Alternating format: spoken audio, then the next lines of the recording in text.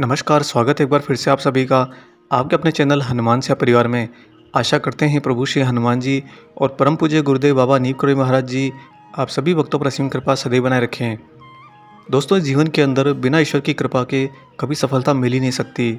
शायद इस बात से अधिकांश लोग सहमत भी हों, परंतु उन्हीं अधिकांश लोगों के हृदय में एक प्रश्न अवश्य आता है कि अगर ईश्वर की कृपा के बिना सफलता नहीं मिलती तो ईश्वर की कृपा कैसे मिलेगी।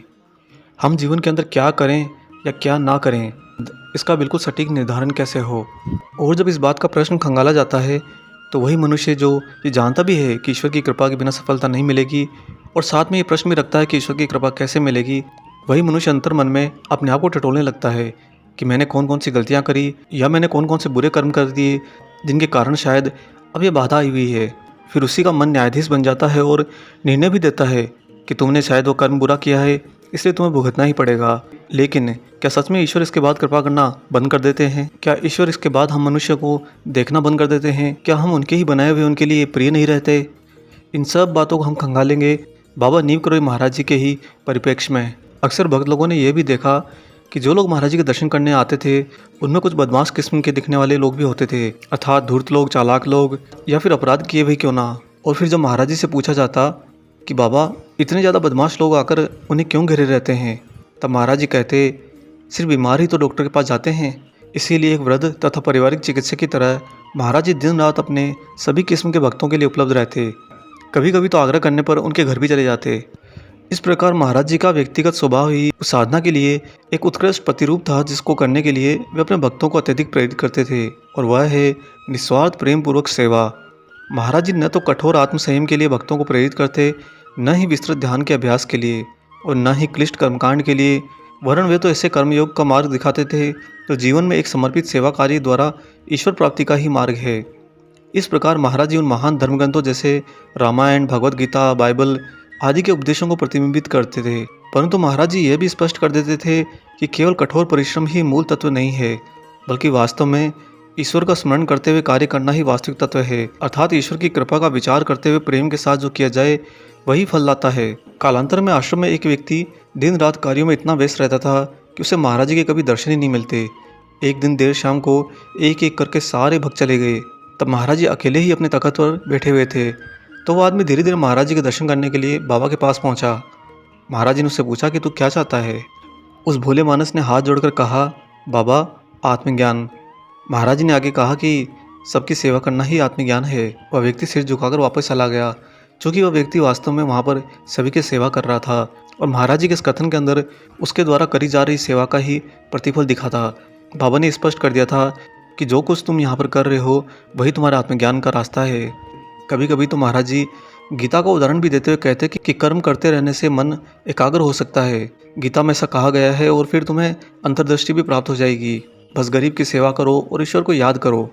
एक साधु हुए ब्रह्मचारी बाबा जो महाराज जी की अक्सर सेवा में निरंतर बाबा के पास ही रहते थे, उनसे एक बार भक्तों ने पूछा कि क्या महाराज जी ने आपको कोई विशेष शिक्षा दी है। तो ब्रह्मचारी बाबा मुस्कुराए और बोले, हाँ, उन्होंने मुझे सेवा करने की शिक्षा दी है। उनके एक वाक्य से सभी बिल्कुल चुप रह गए।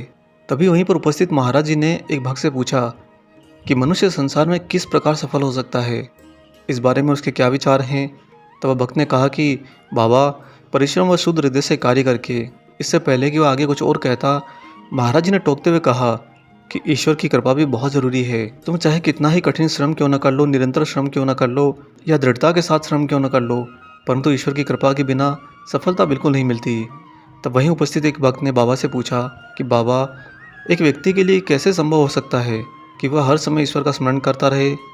तब यहाँ पर महाराज जी ने उसके प्रश्न को हल करते हुए बाबा ने वहाँ विद्वान सभी भक्तों को महर्षि नारद और एक कसाई की कथा सुनाई।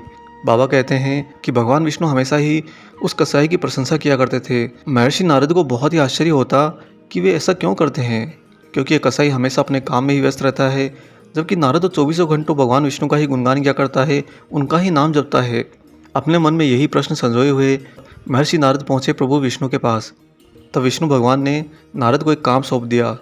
विष्णु जी कहते हैं कि वे एक तेल से लबालब भरे कटोरे को पहाड़ की चोटी पर ले जाएं और तेल की एक बूंद भी नहीं गिरनी चाहिए। नारद जी ने त्वरित विष्णु जी का आदेश माना और ये करने निकल पड़े। कुछ ही समय में उनका काम पूरा हुआ। जब वे लौटकर विष्णु भगवान के पास आए तो विष्णु भगवान ने नारद से पूछा कि तूने कितनी बार मुझे याद किया।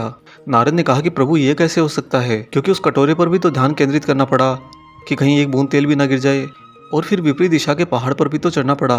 तब भगवान विष्णु ने नारद जी को इसी प्रश्न को करने के लिए उस कसाई के पास भेजा। जब नारद जी उस कसाई के पास पहुँचे और उससे पूछा तो कसाई ने उन्हें बताया कि अपना काम करते समय तो वह हमेशा ईश्वर को ही याद करता रहता है। उसका जवाब सुनकर नारद जी को बहुत ही शर्मिंदगी महसूस हुई। यहीं पर महाराज जी आगे कहते हैं कि जो भी बाहरी कार्य तुम्हें करना है उसे करो, परंतु साथ ही अपने मन को इस प्रकार प्रशिक्षित करो कि अपने अवचेतन मन में भी तुम ईश्वर को याद करते रहो। आगे बाबा यह भी कहते हैं कि प्राणियों की सेवा करना ही तुम्हारी मुक्ति का मार्ग है। तुम्हें ध्यान या पूजा करने की कोई खास आवश्यकता नहीं है, बल्कि तुम सभी प्राणियों की सेवा करो, क्योंकि सभी प्राणियों में मेरे राम बसते हैं। तभी एक भक्त वहाँ पर महाराज जी से पूछ बैठा कि बाबा मैं ईश्वर को कैसे प्राप्त कर सकता हूँ। महाराज जी ने उत्तर दिया कि लोगों की सेवा करके। तब दूसरे भक्त ने पूछा कि महाराज जी मुझे आत्मज्ञान कैसे हो सकता है। बाबा कहते हैं कि लोगों को भोजन दो। तभी उस भक्त ने अगला प्रश्न किया कि महाराज जी मैं किस प्रकार अपनी कुंडलिनी जागृत कर सकता हूँ। बाबा ने कहा कि लोगों की सेवा भी करो और उन्हें खिलाओ भी। अर्थात महाराज जी ने पहले 2 प्रश्नों का जो उत्तर दिया था उस उत्तर को सम्मिश्रित करके एक उत्तर बनाया, तो उसी में राज छिपा था कुंडलिनी जागृत करने का। वैसे महाराज जी ने ईश्वर की प्राप्ति के मार्ग के रूप में सेवा का वास्तविक आनंद हमें दिखला दिया। एक भक्त ने यहाँ तक ये भी कहा कि महाराज जी की सेवा करने की अनुमति मिलना एक बहुत बड़ा सम्मान है। बाबा ने यहाँ पर भक्त को बहुत ही स्पष्ट कर दिया कि अगर तुम ईश्वर की कृपा पाना चाहते हो तो तुम अपना कर्म करके उसके फल के स्वरूप, यानी कि तुम अपना कर्म पूरी ईमानदारी पूरी चेतना से कर रहे हो और साथ ही उसमें परिणाम लाने की लगन भी आप में है, तत्पश्चात भी आपको सफलता मिलेगी इसकी कोई गारंटी नहीं। क्यों? क्योंकि उस पूरे कर्म के दौरान, उस पूरे कर्म की यात्रा के दौरान आपने ईश्वर को किस तरह से स्मरण किया, यही सबसे मुख्य है। इस बात को महाराज जी इतना ज़्यादा जोर क्यों देते थे?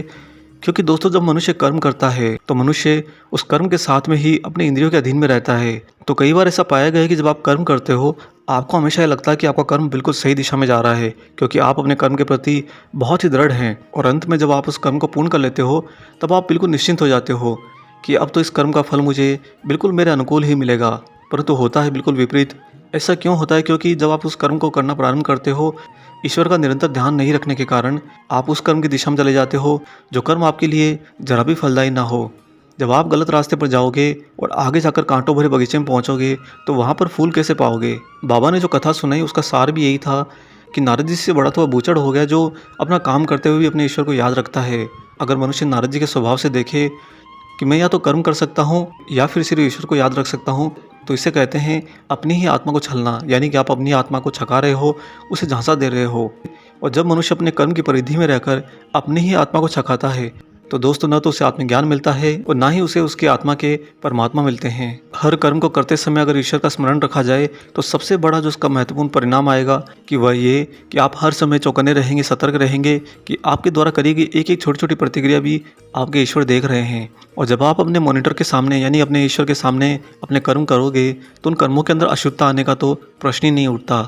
कर्मों का भटकाव होना और गलत रास्ते पर चले जाना यह तो बहुत दूर की बिल्कुल असंभव बात है। हम उम्मीद करते हैं आज के इस विशेषांक से आपको ये बिल्कुल स्पष्ट भी हुआ होगा और शायद अब आपके मन में दृढ़ता भी आई होगी कि हमें ईश्वर की कृपा कैसे मिलेगी, ताकि उस कर्म के साथ ही आपके किए गए कर्म अपनी सफलता भी धारण करें।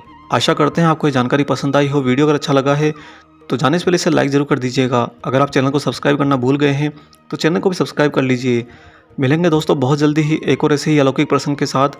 तब तक अपना और अपने माता पिता का संपूर्ण ख्याल रखिए और परम प्रभु श्री राम जी का निरंतर गुणगान करते हुए बाबा हनुमान और बाबा नीम महाराज जी के निस्वार्थ होकर सेवा करते रहिए। जय सिया राम।